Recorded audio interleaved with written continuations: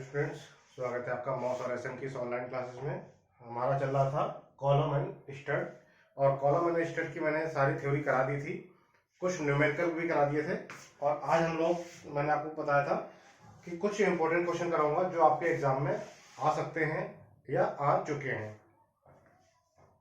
तो कुछ जैसे अभी मैं एसएम की बुक उठाई, मैंने एसएम में 2019 का एक क्वेश्चन आया हुआ है कॉलम एंड स्टड का, नोट कीजिए।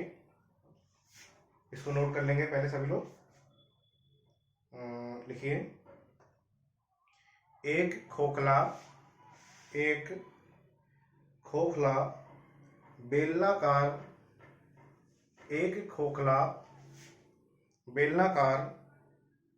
कच्चा लोहा स्तंभ, एक खोखला बेलनाकार कच्चा लोहा स्तंभ 4 मीटर लंबा है। 4 मीटर लंबा यानी कि 4000 mm हो जाएगा। सो नोट करते चलेंगे जो जो बोल आ रही है, इसमें जो भी डाटा आ रहा है उसको हम लोग नोट करते चलते हैं। देखिए क्या कह रहा है, 4 मीटर लंबा है यानी कि L बराबर है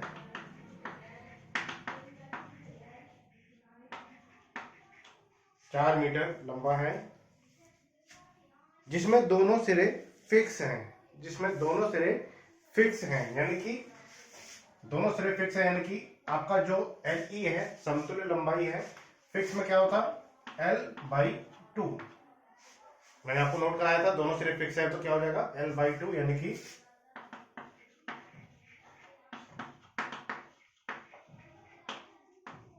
जिसमें दोनों सिरे फिक्स हैं। स्तंभ के न्यूनतम व्यास का निर्धारित करें। न्यूनतम व्यास यानी कि इंटरनल डायमीटर का पूछ रहा है। न्यूनतम व्यास का निर्धारण करें। स्तंभ के न्यूनतम व्यास का निर्धारण करें यदि उसे 250 किलो न्यूटन का सुरक्षित भार उठाना है। 250 किलो न्यूटन का सुरक्षित भार,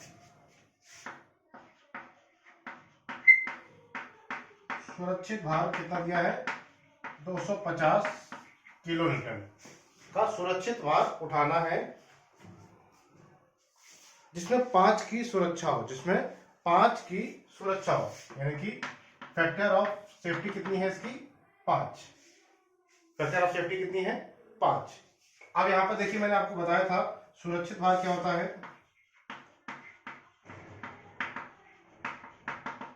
बहकाव भार डिवाइडेड फैक्टर ऑफ सेफ्टी। ये मैंने आपको बताया था। तो यहां से हमारा बहकाव भार निकल कर आ जाएगा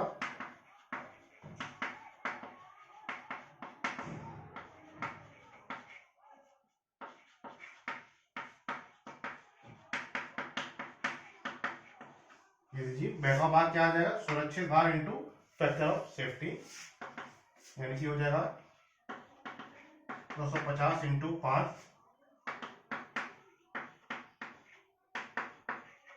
ये आ गया मेरा बहकाव भार।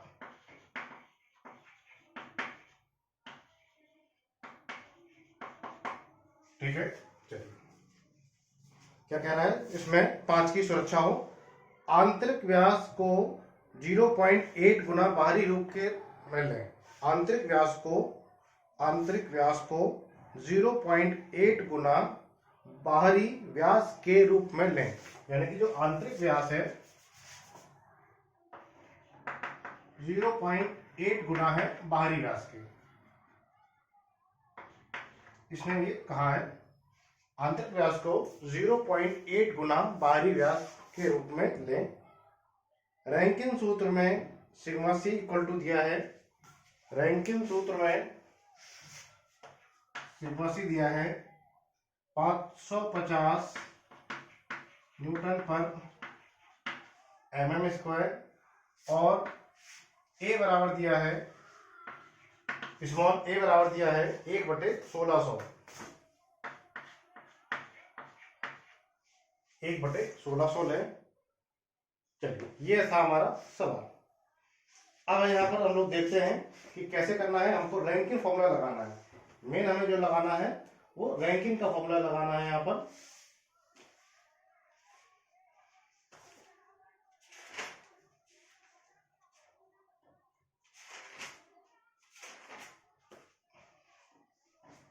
रैंकिन फॉर्मूला लगाना है। तो सारा कुछ हमें पता है,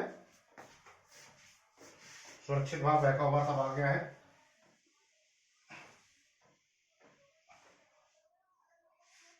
बहकाव भार यानी कि पी रैंकिन जो दिया गया है वो दिया है किलोन्यूटन न्यूटन। ये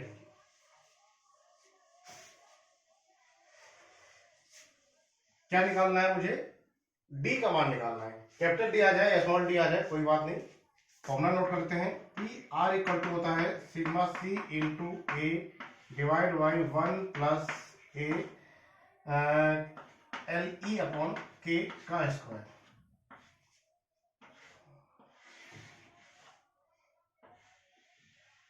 ये जो क्वेश्चन मैंने आपको अभी करा रहा हूं, ये आपका 2019 में पूछा गया है। तो 2019 में पूछा गया है तो ऑब्वियस बात है, इंपॉर्टेंट है। अब यहाँ पर देखिए क्या क्या दिया गया है और क्या क्या हमें निकालना है। सिग्मा सी, सबसे पहले तो पी आर दिया गया है, जो जो दिया गया है उस पर टिक कर देते हैं। पी आर गिवन है, सिग्मा सी का मान भी देखिए गिवन है, कहा मैंने नोट किया था, ये रहा सिग्मा सी 550 न्यूटन पर एमएम स्क्वायर, ये भी गिवन है। ए क्या हो जाएगा, ए इक्वल टू हो जाएगा 5/4 into D square minus D square. ये हो जाएगा 5/4 into D square minus D square. अभी यहां पर 5/4 इंटू इस डी स्क्वायर को, ये तो डी स्क्वायर है ठीक है, 0.8 डी का स्क्वायर भी लिख सकता हूं मैं, ये लीजिए। तो आपका केवल कैपिटल डी बचा 1, ठीक है। ए का मान दिया गया है 1600, एल ई अपॉन के, एल ई का मान भी गिवन है, ये रहा 2000 mm। लास्ट बच रहा है केवल के देखती है क्या है, क्या होता है, के कट होता है रूट के अंदर आई मिनिमम अपॉन ए होता है, ये होता है के कट होता है आई मिनिमम अपॉन ए। आई का मान क्या होगा, आई इक्वल टू होता है पाई डी की पावर 4 अपॉन 64, जो कि सर्कुलर, ये सारे फॉर्मूले आपको याद होने चाहिए। जड़त्व आघूर्ण का फॉर्मूला पाई डी की पावर 4 अपॉन 64, ये सारी चीजें फॉर्मूला आपको पता होने चाहिए, तभी आप ये सारे सवाल कर सकते हैं। ऐसा नहीं है कि आप जड़त्व आघूर्ण के फॉर्मूले आपको पता ही नहीं है तो फिर कहां से निकालेंगे आई, ठीक है। ए मेरा वो दिया गया 5/4 into D square, again 5/64 D की पावर 4 माइनस 0.8 डी की पावर 4। स्मॉल डी को क्या लिखा मैंने, 0.8 डी। अब यहां पर देखिए सब कुछ कैपिटल डी के फॉर्म में है, ए भी जो है वो कैपिटल डी के फॉर्म में है, आई जो है वो भी कैपिटल डी के फॉर्म में है, आई अपॉन ए जो भी आएगा आपका कैपिटल डी के फॉर्म में आएगा। सिग्मा सी गिवन है, ए आपका दिया गया है, ये रहा कैपिटल डी के फॉर्म में। तो सब कुछ आपका जो घुमा फिराकर कैपिटल डी के फॉर्म में है, इन सभी का मान आपको यहाँ पर रखना है। कैपिटल डी का मान निकल कर आएगा, पूछा गया है स्मॉल डी, जो भी कैपिटल डी का मान आएगा उसमें 0.8 का आपको गुणा करना है, क्योंकि 0.8 गुना कहा गया है, तो इस वाले फॉर्मूले में आपको रख देना है, आपका आंसर निकल जाएगा, आपका आंसर निकल आएगा। सारा जो भी मैंने आपको निकाला है वो कैपिटल डी के फॉर्म में है, यहाँ भी कैपिटल डी के फॉर्म में है, यहाँ भी कैपिटल डी के फॉर्म में है, ये ए और आई सब कुछ कैपिटल डी के फॉर्म में है। आपको यहाँ पर निकल आ जाएगा, रखना है आपको। और आपको पी आर का मान भी दिया गया है, पी आर का मान ये दिया गया है 1250। थोड़ा सा कैलकुलेशन है, अब थोड़ा सा कैलकुलेशन है, आपके पास कैलकुलेटर अलाउड है, बिना कैलकुलेटर के पहुंच जाओगे तो ये सवाल सॉल्व होने वाला नहीं है। तो कैलकुलेटर अलाउड है तो इसका पूरा फायदा उठाना है आपको। और यहाँ पर सबके मान रख देने हैं, यहाँ पर सबके मान रख देने हैं, आपका मान निकल कर आ जाएगा। अगर नहीं निकलता है तो आप एक बार हमें बता देना, तो मैं आपको फिर उसके लिए आपको पूरा का पूरा मैं सॉल्व करके आपको दिखा दूंगा, कोई दिक्कत नहीं होनी चाहिए इसमें आपको। नेक्स्ट देखते हैं एक और रैंकिन से ही संबंधित क्वेश्चन न्यूमेरिकल देखते हैं। क्वेश्चन नोट कीजिए, ये हो जाना चाहिए अब तो, क्योंकि इसमें कुछ भी अब बचा नहीं है। नेक्स्ट क्वेश्चन नोट कीजिए, एक ढलवा लोहे से बने एक ढलवा लोहे एक ढलवा लोहे के बने एक ढलवा लोहे के बने ठोस स्तंभ की लंबाई 5 मीटर। ढलवा लोहे के बने ठोस स्तंभ की लंबाई 5 मीटर तथा व्यास 15 सेंटीमीटर है। यहाँ पर थोड़ा सा ध्यान देना है कि कौन सा जो आपको डाटा है कौन सा मीटर में दिया है, कौन सा सेंटीमीटर में दिया है, कौन सा mm में दिया है, इस बात का जरा विशेष ध्यान रखना है। देखिए लंबाई दी है मीटर में 5 मीटर तथा व्यास 15 सेंटीमीटर में। यहीं पर गड़बड़ हो जाती है। आप L इक्वल टू सीधे 15 मीटर और D इक्वल टू सीधे 15 सेंटीमीटर लिख के सॉल्व करना शुरू कर देते हैं। सभी को आपको mm में लाना है, सभी को आपको mm में लेके आना है, तभी आप कोई फॉर्मूला लगाएंगे।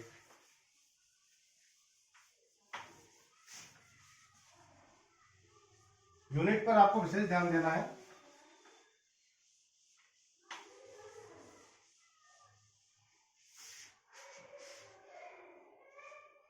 क्वेश्चन नोट कर लीजिए, एक ढलवा लोहे के बने ठोस स्तंभ की लंबाई 5 मीटर तथा व्यास 15 सेंटीमीटर है।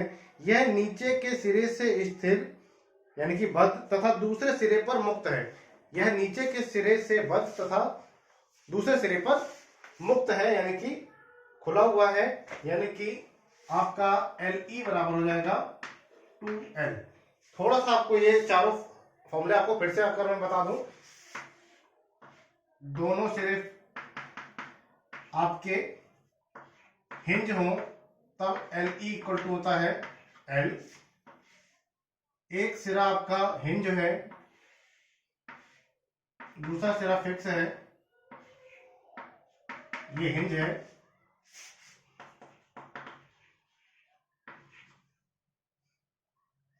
ये भी हिंज है, ये हिंज है, ये फिक्स है। तब LE इक्वल टू हो जाता है L अपॉन √2। एक सिरा आपका फिक्स है, दूसरा सिरा फ्री है, तब LE इक्वल टू हो जाता है 2L। और लास्ट में आपके दोनों सिरे फिक्स हैं,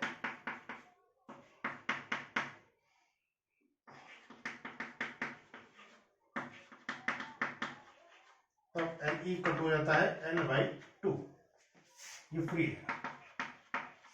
ये चारों केस आपको याद होने चाहिए बिल्कुल। अगर आप कॉलम इनस्टेड के सवाल करने जा रहे हैं तो आपको इन चारों में कोई भी दिक्कत या कोई भी आपको कंफ्यूजन नहीं होना चाहिए कि कौन से केस में आपका समतुल्य लंबाई का मान क्या होगा, किस क्वेश्चन में समतुल्य लंबाई का मान क्या होगा। ये आपको बहुत सारे बच्चों का क्वेश्चन आता है, ये डायरेक्ट 2L कहां से आ गया, तो 2L यहां से आ गया, क्योंकि केस दिया है कि एक सिरा फिक्स तथा दूसरा सिरा मुक्त है यानी कि फ्री है, तो आपको LE इक्वल टू सीधे सीधे 2L यहाँ पर नोट करेंगे।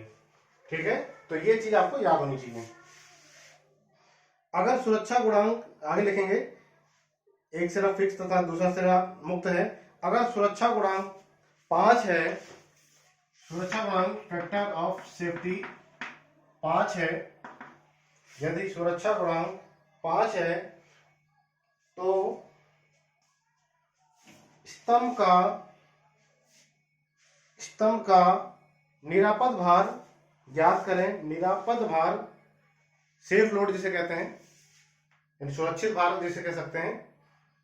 सुरक्षित भार ज्ञात करें, सुरक्षित भार ज्ञात करें। रैंकिन सूत्र में स्मॉल a बराबर दिया है 1/1800। जब भी आपको a का मान दिया रहेगा तो आप समझ जाना कि हमें रैंकिन फॉर्मूला लगाना है। a का मान 1/1800 था। E बराबर दिया है 190 जीगा न्यूटन पर मीटर स्क्वायर, जीगा न्यूटन पर मीटर स्क्वायर। चलिए जैसे देखिए एक लंबाई देखिए 5 मीटर,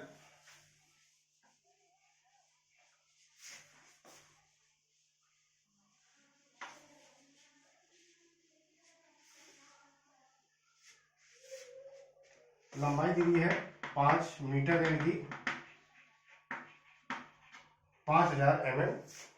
और क्या दिया गया था, व्यास दिया गया था 15 सेंटीमीटर। व्यास यानी कि डी बराबर दिया था 15 सेंटीमीटर यानी कि हो जाएगा 150 mm। यहां तो कोई दिक्कत नहीं।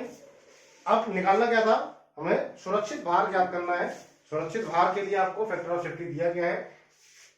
सबसे पहले हम लोग बकलिंग भार ज्ञात करेंगे, ठीक है, या उसके बाद डिवाइड बाय 5 कर देंगे उसका, तो आपका आ जाएगा सुरक्षित भार।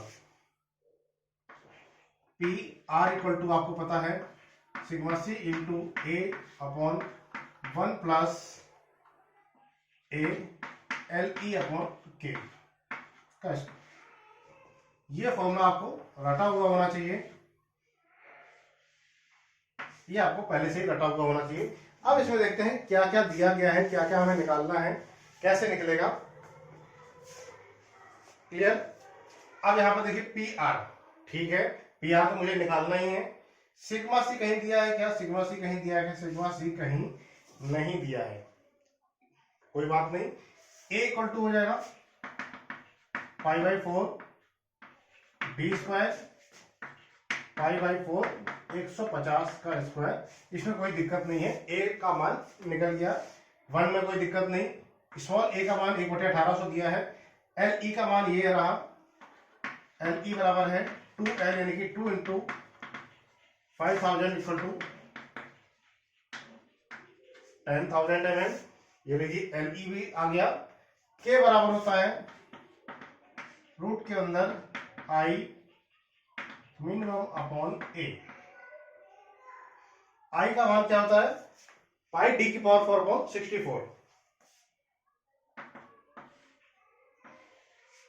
पाई डी की पावर 4 अपॉन 64, और अपॉन ए है पाई by 4 into D square, pi by 4 into D square, pi by 4 into D square.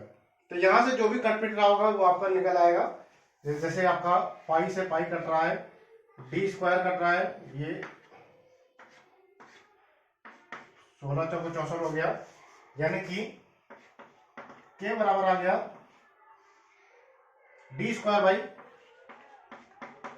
16, यानी कि आपका हो जाएगा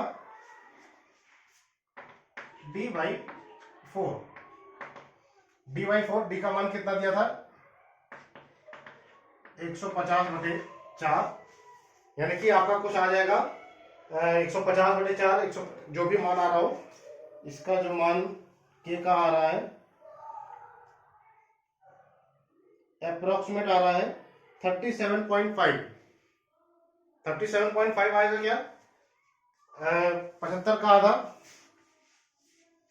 है, जो भी आ रहा हो आप इसका मान उठा के यहां पर रख देंगे, के का मान आ जाएगा। के का मान आ गया, एल ई आ गया, ए आ गया, लास्ट में बच रहा है सिग्मा सी। ये कैसे आएगा, ये कैसे आएगा, इसका मान मुझे पता नहीं है अभी तक, कहीं दिया है नहीं दिया है, देखते हैं कैसे निकलेगा। आपको पता है ए बराबर क्या होता है सिग्मा सी अपॉन पाई ई। ये आपका होता है स्मॉल ए का जो मान होता है sigma C upon pi square E. ये आपको पता है कि क्या होता है, ए बराबर सिग्मा स्क्वायर पाई स्क्वायर ई होता है। अब यहां पर देखिए ए का मान दिया है, ई का मान भी दिया है, ये देखिए ई का मान भी दिया है, ए का मान दिया है, ई का मान दिया है, पाई का मान आपको पता है। क्या हम लोग यहाँ पर सिग्मा सी का मान निकाल सकते हैं, क्या हम लोग यहाँ पर सिग्मा सी का मान निकाल सकते हैं। सिग्मा सी इक्वल हो जाएगा ए इंटू पाई स्क्वायर ई। ए का मान है 1/1800, पाई का मान 3.14 अगर मैं लिखना चाहूं, ई का मान देखिए 190 गीगा न्यूटन पर मीटर स्क्वायर। इसको न्यूटन पर mm स्क्वायर में चेंज करना है, इसको किस में चेंज करना है, न्यूटन पर mm स्क्वायर। 190 ये हो जाता 10 की घात 9 न्यूटन, और ये मीटर को mm में चलेंगे तो 10 की घात 3। इसको थोड़ा सा रफ कर रहा हूं, b इक्वल टू 150 mm यहाँ लिख दिया मैंने। क्या मैं इसको डिवाइड बाई 10 की पावर 6 कर दूं, ये हो जाएगा mm स्क्वायर। तो 190 इंटू 10 की पावर 3 न्यूटन पर mm स्क्वायर। 190 इंटू 10 की पावर 3 न्यूटन पर mm स्क्वायर। 190 इंटू 10 की पावर 3 न्यूटन पर mm स्क्वायर। कुछ भी कट पिट रहा हो काट पीट देंगे। ये लीजिए सिग्मा सी का मान भी निकल गया। यहां से आपका ये क्वेश्चन भी बिल्कुल सॉल्व होता हुआ नजर आ रहा है, क्योंकि सिग्मा सी का मान ये आ गया। कैलकुलेटर में मान रखेंगे, कैलकुलेटर से आपका मान निकल कर आ जाएगा। ठीक है, इसके बाद क्या करना है, सिग्मा सी आ गया, ए का मान ये रहा है आपका सीधे पाई 4 इंटू डी स्क्वायर, सब कुछ पता है। 1 प्लस ए का मान भी दिया है, एल ई का मान भी आपको पता है 10,000 है, ये रहा 10,000, और के का मान भी मैंने निकाल दिया 150/4। सारा मान इसमें रखना है, आपको निकल कर आएगा बहकाव भार निकल कर आएगा।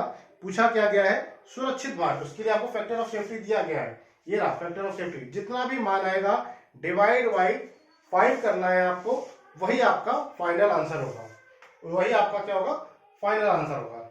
इसको नोट कर लीजिए।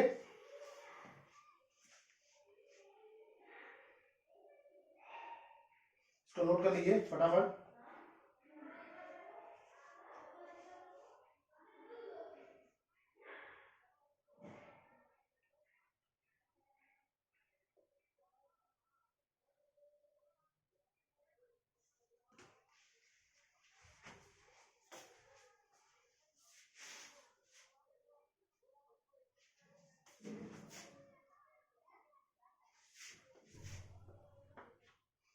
कहीं कोई कंफ्यूजन तो नहीं है।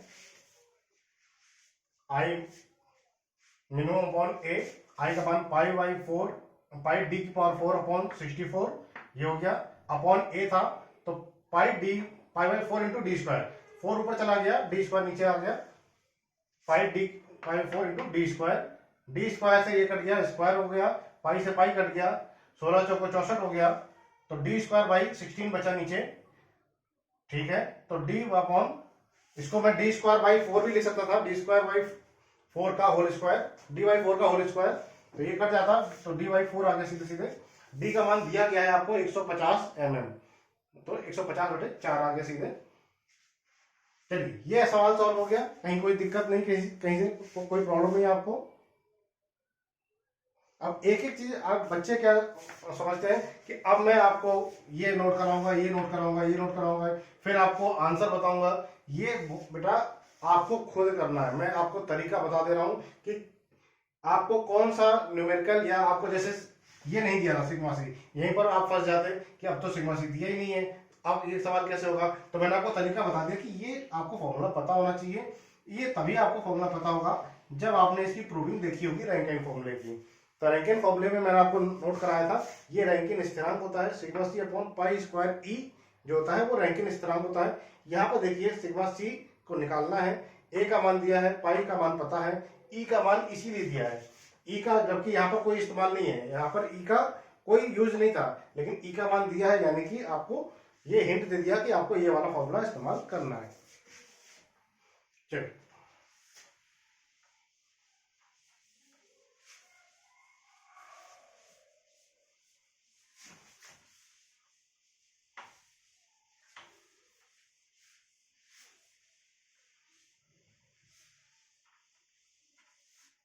Next question.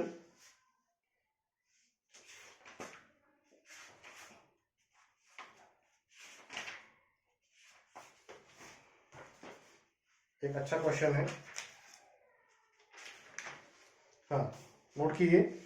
एक समरूप 1.25 मीटर लंबाई की गोल छड़, एक समरूप 1.25 मीटर लंबाई की गोल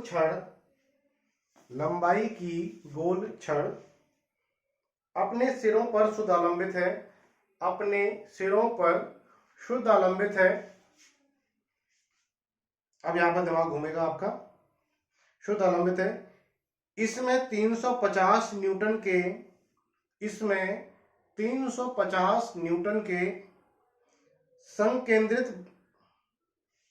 संकेंद्रित केंद्रीय भार से, संकेंद्रित केंद्रीय भार से 12.5 mm का विक्षेप होता है। 12.5 mm का विक्षेप होता है यदि छड़ को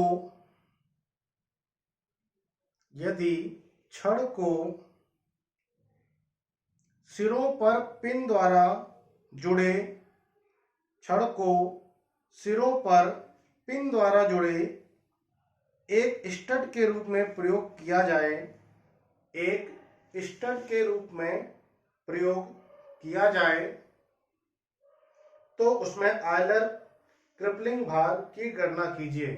तो उसमें आयलर क्रिपलिंग भार की गणना कीजिए। अब बच्चे सोच में पड़ गए होंगे भी, इसमें तो विक्षेप आ गया, ये ढलान तथा विक्षेप का सवाल है या कॉलम तथा स्टड का सवाल है। खैर, ये दोनों का मिक्स सवाल है। ये बहुत ही अच्छा सवाल है और ये आपका इंपॉर्टेंट क्वेश्चन है, आ सकता है। क्या दिया, लंबाई दी है एल इक्वल दिया है 1.25 मीटर।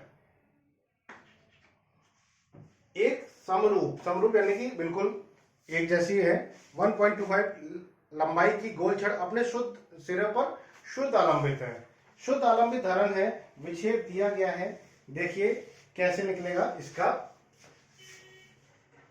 शुद्ध आलंबित धरण।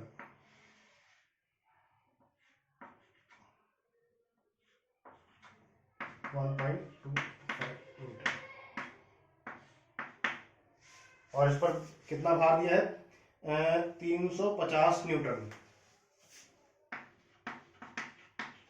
350 न्यूटन।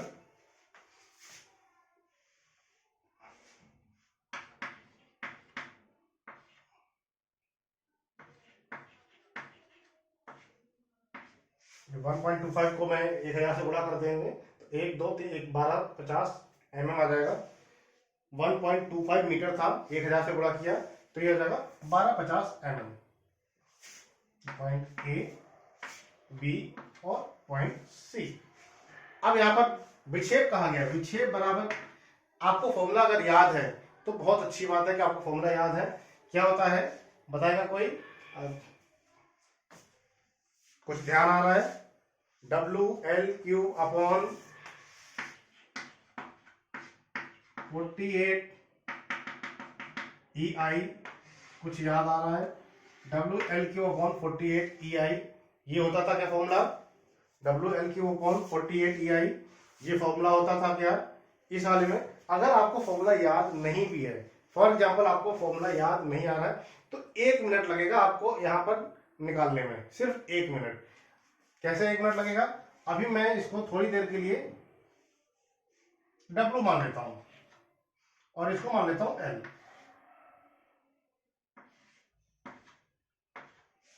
सिर्फ 1 मिनट लगेगा। आप जो आपको तरीका आपको बेस्ट आता हो उस तरीके से आप इसको सॉल्व कर लें।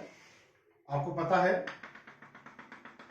अब आपको ये शेयर फोर्स बेंडिंग मोमेंट बनाना बिल्कुल बहुत ही तेजी से आना चाहिए। आपको यहाँ पर पता है कि ये शेयर फोर्स कुछ ऐसा बनेगा हमारा, ये शेयर फोर्स बनेगा और बेंडिंग मोमेंट आपको पता होना चाहिए कुछ ऐसा बनेगा। बिल्कुल आपको बिल्कुल रटा हुआ होना चाहिए। अब ये क्योंकि मुझे बेंडिंग मोमेंट से मतलब है, इस वाले डायग्राम से मतलब है, इसकी जो वैल्यू है वो L/2 है, यहां से लेके यहां तक। ये क्या हो जाएगा? W/2 इंटू L/2, तो WL/4 ये इसकी ऊंचाई है। WL/4 कितना? W/2 into L/2 WL/4। ये सारी चीजें आपको पढ़ाया हुआ है ढलान तथा विक्षेप में। जस्ट एक रिवीजन में के तौर पे मैं बता दे रहा हूं, ताकि अगर आपको याद ना आ रहा हो तो एक रिवीजन भी हो जाए। विक्षेप डायरेक्ट निकाल देते हैं, ए एक्स बार अपॉन ई आई। ये फॉर्मूला होता है A x bar upon E I. A equal to होता है 1/2 आधार। आधार कितना है? ऊंचाई WL/4। ये हो जाएगा WL² अपॉन 4 दूनी 8 दूनी 16। ठीक है। एक्स बार कितना होता है? यहां से होता है h/3, यहां से होता है 2h/3। तो यहीं से मुझे चाहिए था, यहां से लेके यहां तक का चाहिए था 2x/3। x का मान क्या है? L/2। ये x बार आ गया। y equal to a x bar. a का मान है WL² अपॉन 16 इंटू एक्स बार का मान है L/3 इंटू 1 अपॉन ई आई। ये देखिए,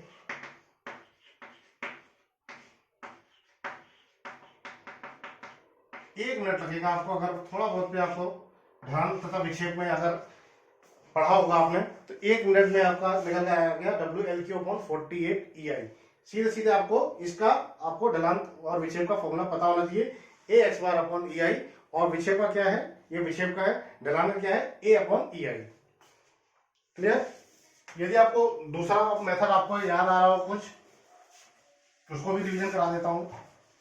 1 मिनट लगेगा। क्या बताया था इसको? यहां से लेके यहां तक कोई एक एक्सेस मान लेंगे, क्रॉस सेक्शनल एरिया मान लेंगे। यहां से यहां तक का एक फॉर्मूला लगाएंगे, mx equal to W/2 into x.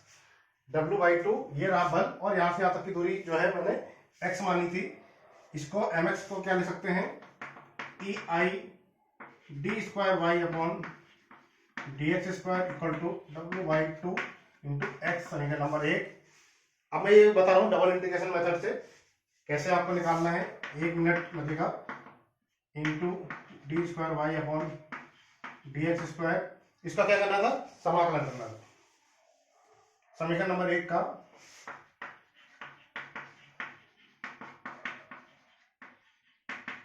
समाकलन करने पर EI into dy upon dx equal to WX² 4 + C1। WX² 2 पहले से था, 4 हो जाएगा प्लस C1। यहां पर क्या होगा? जब x का मान, ये क्या है? थीटा है। जब x का मान L/2 होगा तब थीटा का मान 0 होगा। जब x इक्वल टू L/2 होगा तब dy upon dx equal to 0 होगा। ये आपको कहां से पता चला? ये जो आपका ढलान बनेगा, यहाँ पर जो आपकी विक्षेपण होगा, सब कुछ आपको बताया हुआ है। यहाँ पर जो जहां पर मैक्सिमम ढलान आएगी वहां पर पैरेलल लाइन ड्रॉ होगी। पैरेलल जो होगा वो आपको स्पर्शी रेखा ड्रॉ होगी, इसलिए इसका थीटा का मान होगा 0 होगा। अब क्या करना है? x का मान L/2 रखना है। ये 0 हो गया। 0 इक्वल टू W/4। इसका मान क्या रखा है? L/2 का स्क्वायर प्लस C1 WL² 8 दूनी 16, 4 32 हो जाएगा। 4 16 हो जाएगा। 4 × 4 16 प्लस C1, तो C1 बराबर आ गया -WL²/16। C1 का मान समीकरण नंबर इसमें रख देंगे। C1 का मान समीकरण नंबर 2 में रखने पर, इसका मान अगर 2 रख दूं मैं, ये C1 का मान समीकरण नंबर 2 में रखने पर EI into dy upon dx equal to WX²/4, ये हो जाएगा माइनस का WL²/16। ठीक है, ऐसे ही बताया था मैंने आपको। समीकरण 3 का पुनः समाकलन करने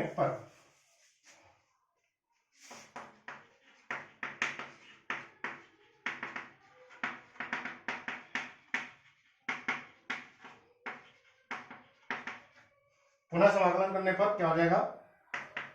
EI into y equal to, ये हो जाएगा W/4 into x³ 3 minus WL² by 16 into x plus C2 plus हो जाएगा C2, यहाँ पर x आ जाएगा। अब y का मान 0 कब होगा? जब x का मान 0 होगा, जब x इक्वल टू 0 होगा तब y बराबर भी 0 होगा। ये सारी चीजें आपको पढ़ाई हुई हैं, वो तो मैं आपको जल्दी जल्दी बता दे रहा हूं ताकि आपका रिवीजन हो जाए, और कुछ नहीं। ये भी 0 हो गया, ये भी 0 हो गया, तो C2 बराबर भी हो गया 0। ये देखिए y इक्वल टू 0 हो गया तो ये 0 हो गया, x का मान 0 हुआ तो ये भी पूरा पोर्शन 0 हो गया, इस x का मान 0 हुआ तो ये पूरा पोर्शन 0 हो गया, C2 बराबर हो गया 0। यानी कि EI into y equal to हो जाएगा WX³ by 12 minus WL² x upon 16। बस इतना आ गया। ये समीकरण नंबर 4 ले लेता हूं। जब x इक्वल टू L/2 होगा तब y इक्वल टू हो जाएगा y मैक्सिमम। जब x का मान L/2 होगा तब y का मान कितना आ जाएगा? y maximum. देखिए एक छोटे से सवाल में आपको कहां से कहां पहुंचा दिया। EI into y equal to W/12 x³ x का L/2 का क्यूब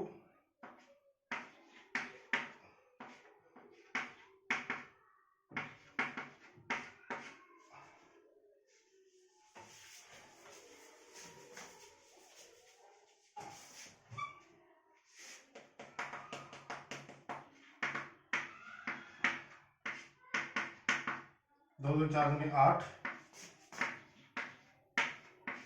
16 दूनी 32,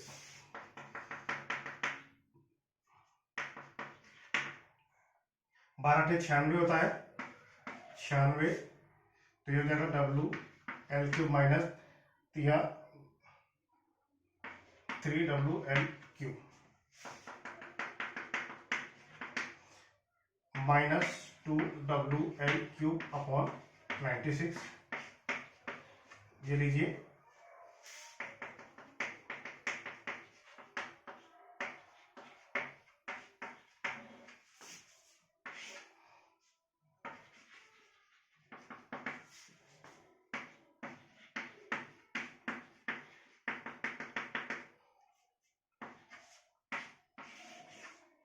आपको बताया था जो माइनस है ये और केवल डाउनवर्ड डिफ्लेक्शन को शो करता है।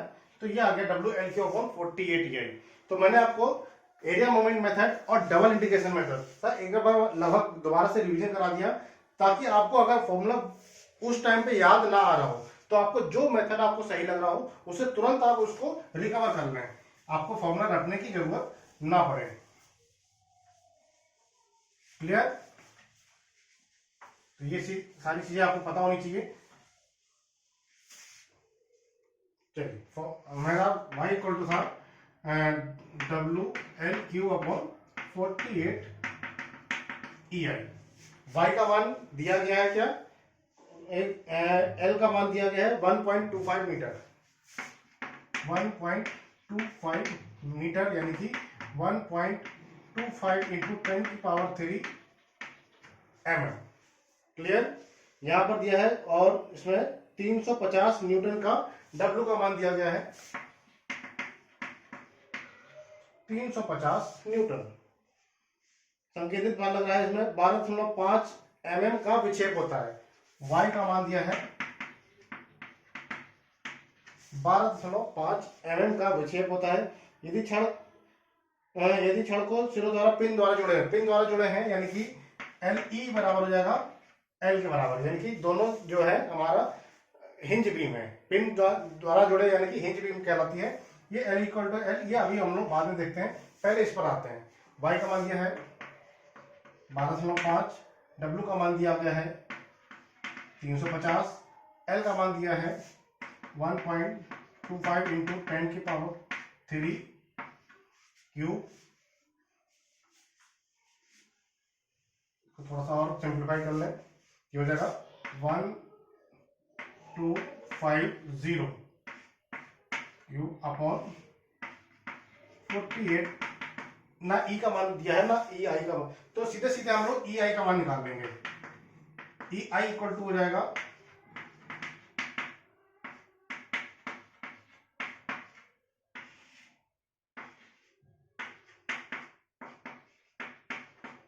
ये लीजिए, ई आई हमारे सीधे सीधे पूरे पूरे काम का है। तो जो ई आई का जो मान आ रहा है मैं डायरेक्ट लिख दे रहा हूं, ई आई बराबर ई आई का मान यही आ रहा है और इसमें मान नहीं दिया गया कहीं। चलिए ई आई का मान हम लोग यही रख देंगे, कोई दिक्कत नहीं। अब इसके बाद क्या कह रहा है कि आपको क्या निकालना है, इस जोड़े आयलर किपलिंग भार निकालना है, आयलर भार या किपलिंग भार निकालना है। ई आई का मान मैं यहां पर लिख दे रहा हूं, ई आई बराबर आ गया ये 350 1250 क्यूब अपॉन 48 इंटू 12.5। ई आई का मान आ गया।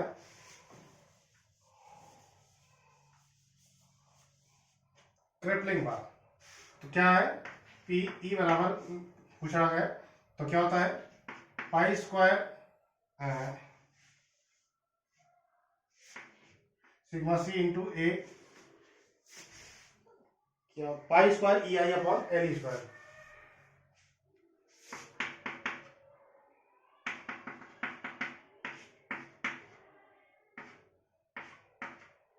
पाई square E I upon L E square. अब यहाँ पर देखिए यही तो पूछ रहा है, तो पाई का मान पता है, ई आई का मान सीधे सीधे यहाँ पे मिल गया, एल ई का मान क्या बताया था आपको, l e equal to l l, l e equal to l, और एल का मान दिया गया है ये 12.5 1.25 मीटर, यानी कि उसको आप 1.25 इंटू 10⁻³ mm भी लिख सकते हैं। ये देखिए हमारा पूरा पूरा मान निकल कर आ गया, mm का विषय होता है, ठीक है। यहां से हमारा मान निकल गया पीई का, पीई का जो मान अपना पूछा गया था ये हमारा मान निकल कर आ गया, ये आ गया 1. पाई का मान 3.14 लिख सकते हैं सीधे सीधे। ई आई का मान लिख दे रहा हूं 350 1250 क्यूब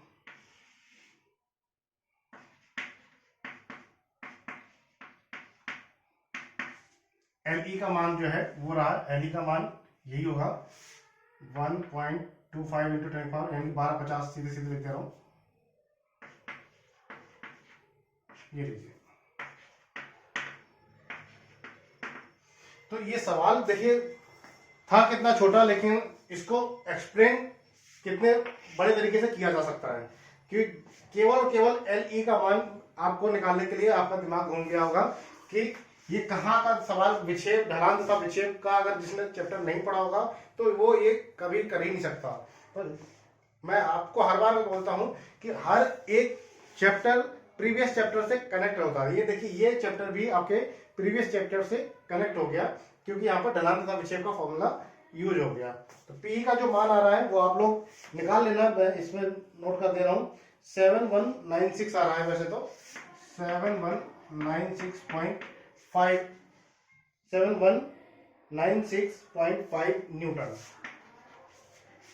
अब ये पता नहीं ये सवाल ये आंसर सही है या गलत है ये मुझे पता नहीं, लेकिन इतना पता है कि ये सही है। आगे का आपकी कैलकुलेशन आपके हाथ में है, आप कैसी कैलकुलेशन करते हैं।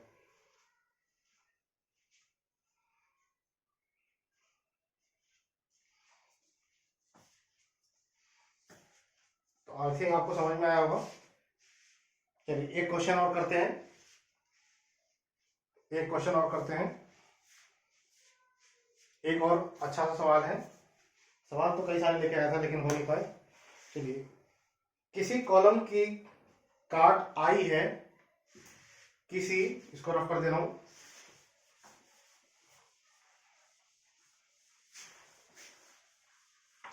अब यहां पर देखिए कौन सा चैप्टर कनेक्ट होता है आपको पता चलेगा। किसी कॉलम की काट आई है,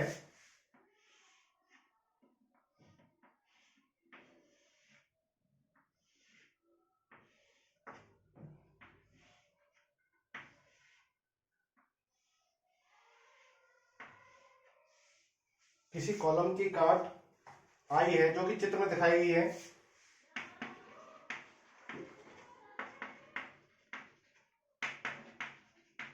चित्र दिया गया है।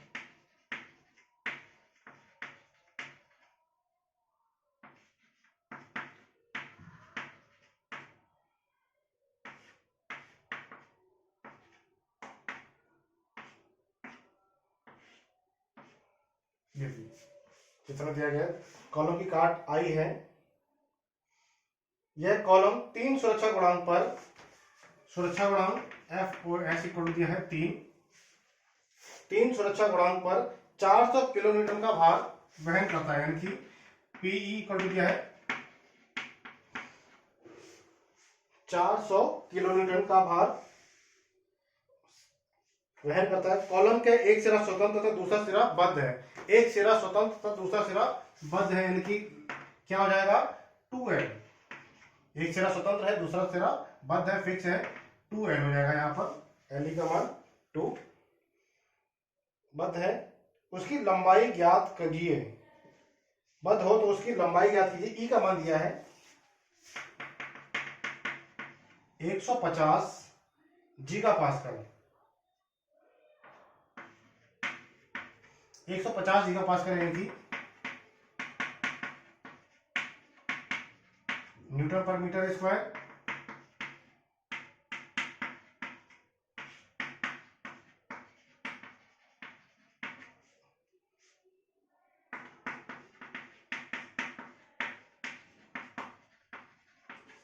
ये चीज आनी चाहिए आपको कि जीगा पास्कल है तो सीधे न्यूटन पर mm स्क्वायर में कन्वर्ट करना है। तो क्या हो जाएगा, ये हो जाएगा 10⁹ न्यूटन पर मीटर स्क्वायर, और मीटर को फिर mm में चेंज किया तो 10⁻³ इंटू 10⁻³ 10⁻⁶, ये हो जाएगा 10⁻³ न्यूटन पर mm स्क्वायर।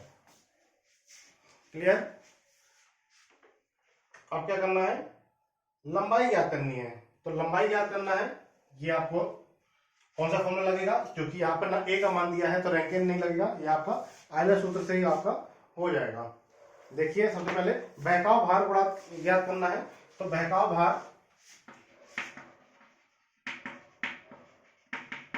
क्या हो जाएगा, 400 इंटू 3, 400 इंटू 3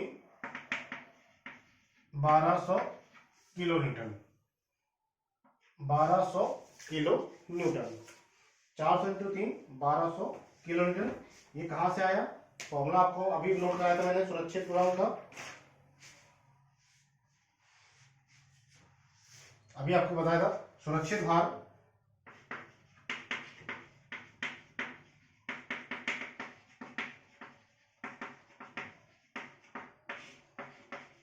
FOS, तो बहकाव भार बराबर हो जाएगा सुरक्षित भार गुण FOS। यानी ये आपका हो गया सुरक्षित भार दिया गया था, ये सुरक्षित भार और FOS का गुणा कर दिया, बहकाव भार आ गया आपका।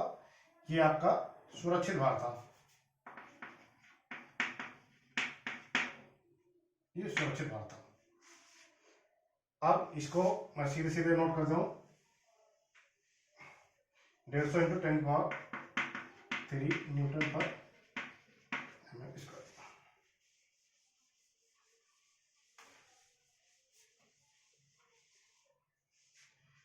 चलिए PE इक्वल टू हो जाएगा pi square EI upon LE square. Pi square EI upon LE square common सा फॉर्मूला है।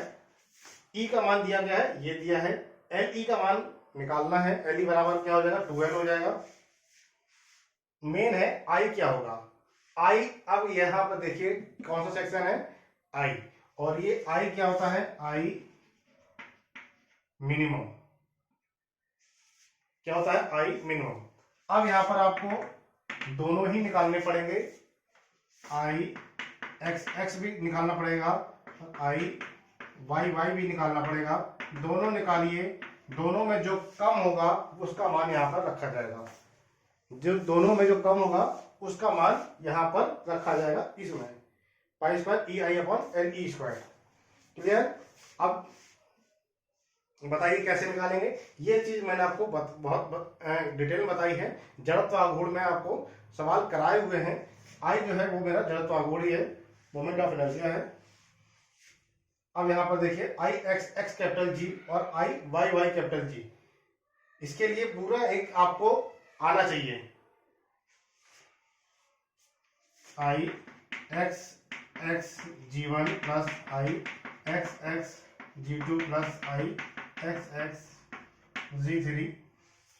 थोड़ी देर के लिए मैं ये सारे रफ कर रहा हूँ, केवल आई एक्स एक्स और आई वाई वाई एक बार आपका रिवीजन हो जाएगा। जरूरत तो अघोड़ का भी जल्दी जल्दी करता हूँ, बिल्कुल टाइम नहीं लगाना है बिल्कुल भी, क्योंकि ये सारी चीजें आपकी पड़ी हुई हैं। I X X capital G equal to I G one plus I G two plus I G three.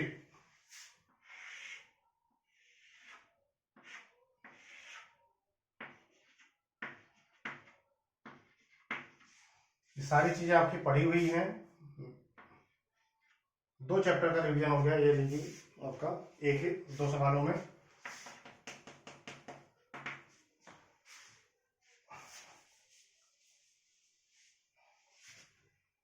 आपका जो एक्स एक्सिस है ये है। सबसे पहले तो केंद्र निकालना होता था, सुखमना इसमें केंद्र नहीं निकालना, आपको केंद्र सीधे सीधे पता है कि आपका ये रहा हमारा केंद्र, यानी कि कैपिटल जी का मान यही होगा G2 के ऊपर।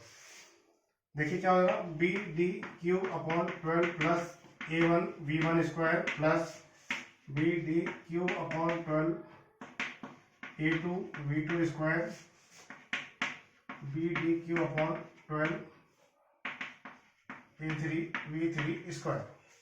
ये फॉर्मूला होता था। कैपिटल जी है यहाँ पर, बी क्या है 100 D cube upon 12 plus A1 क्या हो जाएगा 1000 V1 यानी कि यहां से लेके यहां तक की दूरी टोटल 50 है, 50 में से 5 गए 45 का square plus again B D Q upon B है B D Q upon 12 plus A2 का मान कितना हो जाएगा 80 गुणे 10 800। V2 का मान तो 0 है, तो 0 का स्क्वायर हो जाएगा। Again B D Q upon 12, B का मान है क्यू अपॉन 12 A3 V3 का square. I X X capital G का जो मान आ रहा है, I X X capital G का मान आ रहा है 4.49 10 की पावर 6 mm की पावर 4। कैलकुलेशन कर लेना आप लोग, 4.49 ये मैंने करके देखा है, 4.49 इंटू 10 की पावर 6 mm की पावर 4। ठीक है, यहाँ पर नोट कर ले रहा हूं मैं, कहीं पर यहाँ पर नोट कर लेता हूँ। कितना आ रहा 4.49 इंटू 10 की पावर 6 mm की power 4।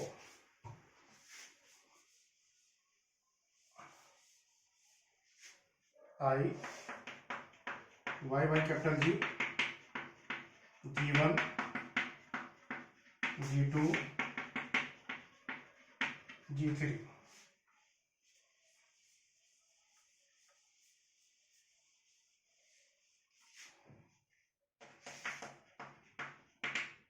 Again D B cube upon 12 plus A1 H1 square. यहाँ पर H1 H2 H3 तीनों 0 है, सभी को पता है कि एक ही लाइन पर होंगे। Horizontal distance between capital G और G1 G2 G3 ये तीनों ही 0 है, तो सीधे सीधे dB Q upon 12 dB Q upon 12 dB Q upon 12 direct हो जाएगा। d का मान है 10 d क्यू अपॉन 12, d का मान है 80 d का मान है 10।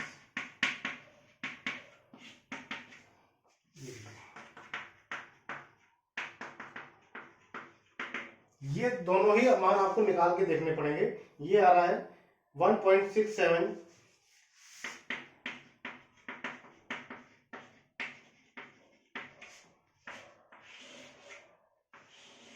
अगर ऐसा सवाल आएगा तो आपको ये दोनों ही आई एक्स एक्स और आई वाई वाई दोनों के मान आपको निकाल के दिखाने पड़ेंगे और बताना पड़ेगा कि ये मेरा मिनिमम है आई वाई वाई, ना कि ये आई X x.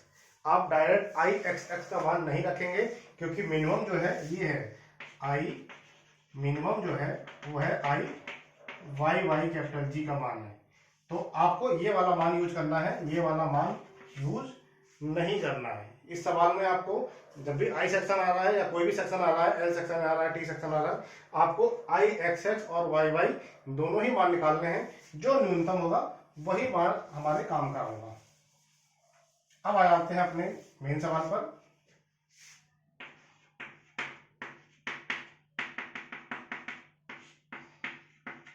Pi square E I upon L square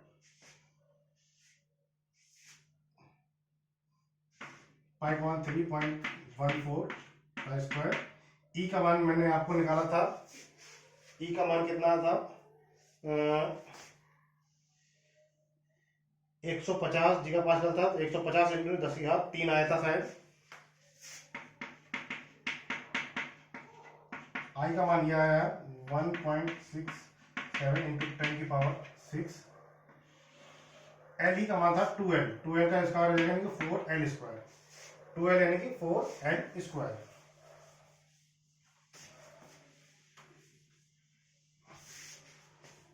इसका मान क्या दिया गया है, क्या पी का मान सुरक्षित भार दिया गया था कितना 1200 कुछ दिया था,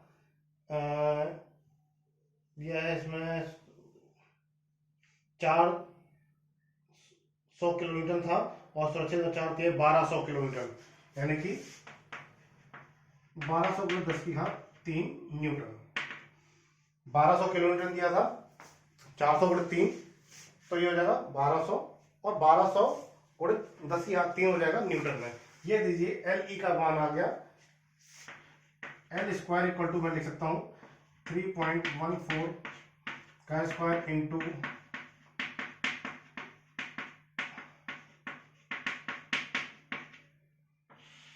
डिवाइड बाई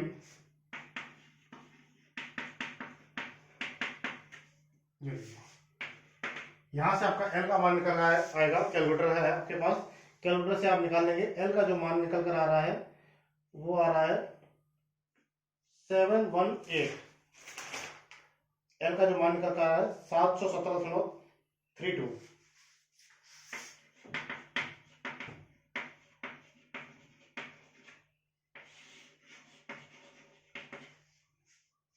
कहने का मतलब यह है किसी भी चैप्टर को हल्के में नहीं लेना है, चाहे वो आपका कॉलम अनस्टड हो सकता है। कॉलम अनस्टड के आपके जो फॉर्मूले हैं, जो आपका आयलर भार है या आपका रैंकाइन सूत्र है, ये आपके किसी और चैप्टर में काम में आ जाए। तो हर एक चैप्टर किसी न किसी से कनेक्टेड है। अब यहाँ पर देखिए मेरा जड़त्व आघूर्ण भी तो वैसे भी काम में आ रहा था, लेकिन यहाँ पर पूरा जड़त्व आघूर्ण इसमें सॉल्व करा दिया मैंने। अगर थोड़ा बहुत भी दाएं बाएं होता तो मुझे शायद केंद्रक भी इसमें सॉल्व करना पड़ जाता। तो केंद्रक भी निकालते, जड़त्व आघूर्ण भी निकालते, तब जाके इसका आई का मान आप यहाँ पर रख पाते हैं। उसके पहले वाले सवाल में देखिए हमने आपको ढलान तथा विक्षेप का सारे फॉर्मूले इसमें इस्तेमाल करा दिए। हो सकता है उसके पॉइंट लोड की जगह अगर यू डेल दे देता तब क्या होता। तो ये सारे फॉर्मूले एक दूसरे से अटैच होते हैं। तो आपको ध्यान रखना है कि कोई भी जो चैप्टर है वो आपको छोड़ना नहीं है। आप एक चैप्टर छोड़ेंगे उसमें आपके लगभग आगे का चैप्टर भी छूट जाता है। चलिए आगे के लिए इतना ही। काफी सारे न्यूमेरिकल हो गए हैं और अगर आपको न्यूमेरिकल चाहिए हो तो मैं और बना दूंगा, लेकिन अभी हम लोग कॉलम अनस्टड को खत्म कर रहे हैं, समाप्त कर रहे हैं। इसके बाद अगला जो चैप्टर हम लोग लेंगे वो मॉस का उठा लेंगे। मॉस का पतले बेलनाकार एवं गोली खोल, पतले बेलनाकार एवं गोली खोल, या एसएम का उठा लेंगे ट्रस। वो मैं देखता हूँ कल क्या उठाता हूँ। मुझे ट्रस पढ़ाना है एसएम के लिए और ये पतले बेलनाकार एवं गोली खोल पढ़ाना है मॉस के लिए। लेकिन कॉमन जो टॉपिक था कॉमन यहीं पर था, यहीं तक था। इसके बाद कॉमन कुछ नहीं है, जो है तो सेपरेट होगा। या तो मॉस की क्लास चलेगी या एसएम की क्लास चलेगी। या मॉस में आपको मैं बता दूंगा, यहाँ पर जो लिखा है ठोस यांत्रिकी एवं संरचनात्मक यांत्रिकी, आपको कोई एक ही आपको दिखाई देगा, या तो यही दिखाई देगा या यही दिखाई देगा। तो आपको इतना करा दिया, लगभग आपका 80% सिलेबस कंप्लीट है। 20% बच रहा है, वो भी धीरे धीरे कंप्लीट हो जाएगा। चलिए आप लोग पढ़ते रहिए। Thank you so much.